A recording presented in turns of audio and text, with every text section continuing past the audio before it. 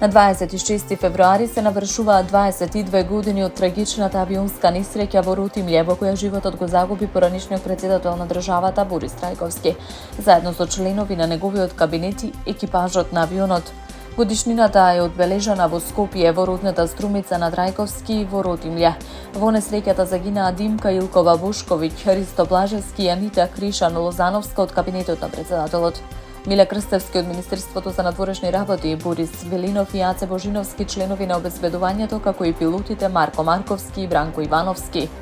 Владиниот авион Кингер, со кој патуваше Трајковски, се урна кај селото Хусковиќи во близина на Мостар, на пат за меѓународна конференција за инвестирање во Босна и Херцеговина.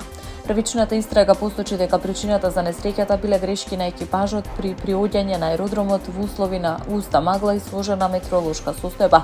Додека новата истрага во 2013-та, предводена од Омер Кулик, ја потврди комбинацијата на човечки и системски пропусти како клучни причини.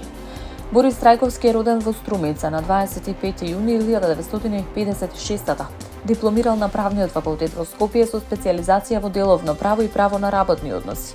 Пред да стане председател, бил заменик министер за надворешни работи, председател на Комисијата за надворешно-политички односи на ВМРО-ДПМН и член на повеќе меѓународни организации за мир и решавање на конфликти.